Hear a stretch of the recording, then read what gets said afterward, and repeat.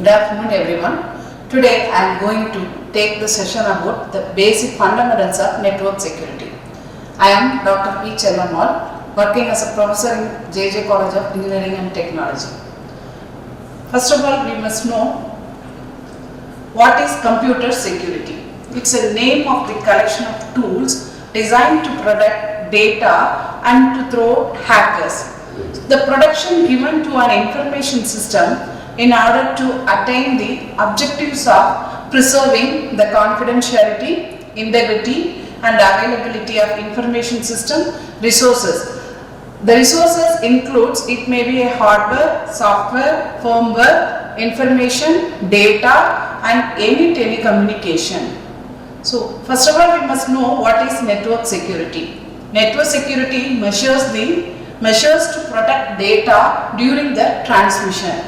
So at the time of when we are going to do the data transmission, we must know the protection of data. Internet security measures to protect data during the transmission over a collection of interconnected networks. At the time of when we are going to make use of internet, how to protect the data, studying about this is known as network security. So security objectives, CAA triad. The key objectives that are heart of the computer security is confidentiality, integrity, availability. So confidentiality means two related concepts we are having in confidentiality: data confidentiality and privacy. So what is data confidentiality? It assures that private or confidential information is not made available or disclosed to unauthorized individuals. So a loss of confidentiality is the unauthorized disclosure of information. So what is privacy? It assures that individual controls or influence what information related to them may be collected and stored, and by whom and to whom that information may be disclosed.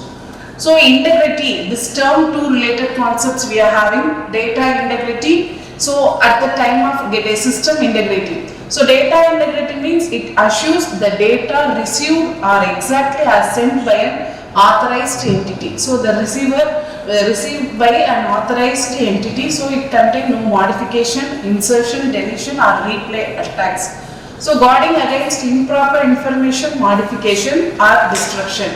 It assures that information and programs changed only in a specified and authorized manner.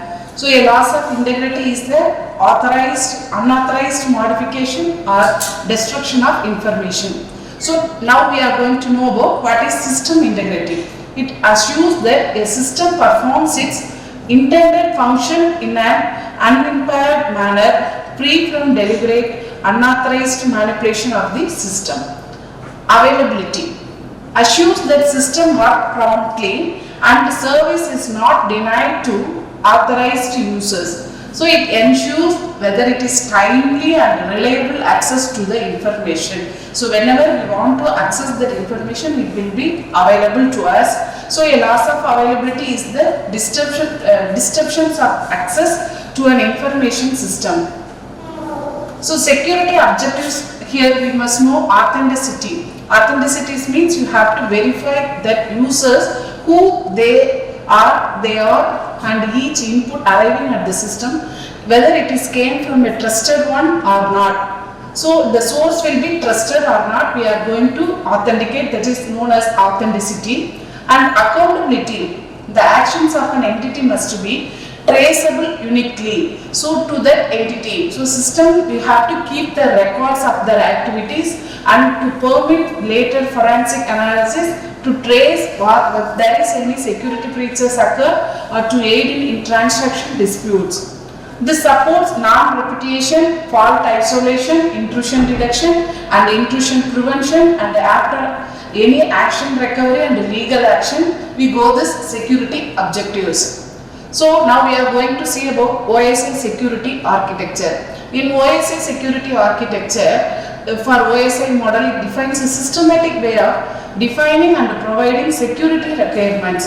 So it provides a useful abstract overview of concepts. So three aspects of information securities are available. One is security attacks, second one is security services, third one is security mechanisms. So security attacks, before that when we know about the OSI security architecture, we must know what is security attacks and the threat. So threat is a possible danger that might exploit a vulnerability. A potential for violation of security exists when there is a circumstance or when there is an event that could breach security and cause any harm to the data. That is known as a threat. But attack means an assault on system security that derives from an intelligent threat. So a violation of the security policy of a system is known as an attack. So in attack we are having two types. One is passive attack, another one is active attack. So passive attack means it attempts to learn or make use of information of the system but does not affect any system resources. So when two types of passive attacks are having, release of message content and traffic analysis. So if we are going to send some message from top to Alice through internet or any communication facilities, the attacker or the third party read contents of the message from top to Alice, but there is no any message changes on the message contents. And active attack, it's a modification of the data stream or the creation of a false stream is known as an active attacks. So they actively do some attacks on the sender to receiver. So four types of active attacks available. One is masquerader, second one is replay, third one is modification of messages, fourth one is denial of service. So passive attacks are in the nature of their orchestrating or monitoring of transmission. So the goal of the opponent is to obtain information that is being transmitted. So two types of passive attacks, release of message content and traffic analysis. So in the release of message content, for example, if you are going to any telephonic conversation or email, electronic mail message, if you are going to transfer any file from sender to receiver, if it is contains some sensitive or confidential information, to prevent an opponent from learning the contents of this transmission, we have to do this release of message content.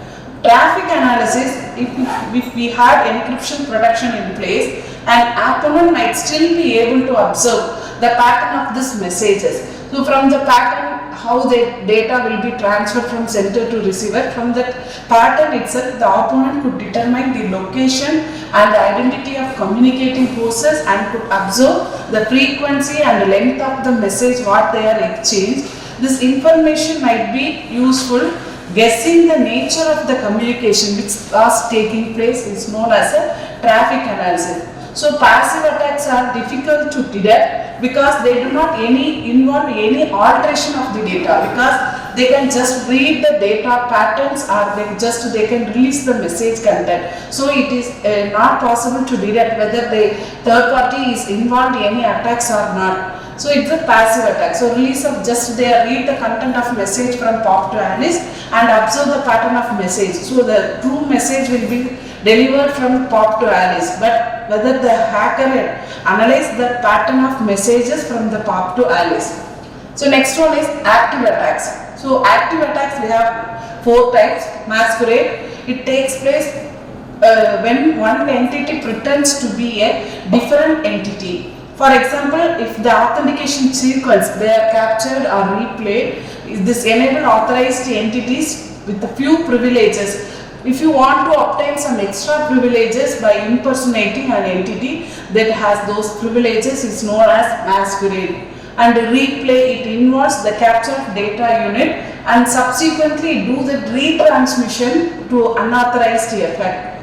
And modification of messages means that some portion of the legitimate message is altered, or the messages are delayed, or the messages are reordered, and we can produce an unauthorized effect. So if message, it's allow John Smith to read confidential file account Smith, it can be modified, allow any other names Fred Brown to read confidential file accounts. Like this, the modification of messages will be delivered to the receiver.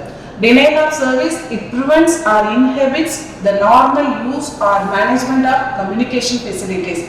For example, an entity may suppress all messages directed to a particular destination. So this is the active attacks. We have masquerade and replay and modification of messages and denial of services. So this is the difference between active and passive attacks. So active attacks, it access and modify the information, but in passive attack, access information only. So in active attack, system is harmed, passive attack, no harm to the system. In active attack, easy to detect and we can easily prevent, but in passive attack, difficult to detect, because dealing with passive attack is on prevention. And the threat to integrity available, but in passive attacks we have threat to confidentiality. In active attack, masquerading, repudiation, denial of service are available, but in passive attack, snooping, traffic analysis are available. Thank you.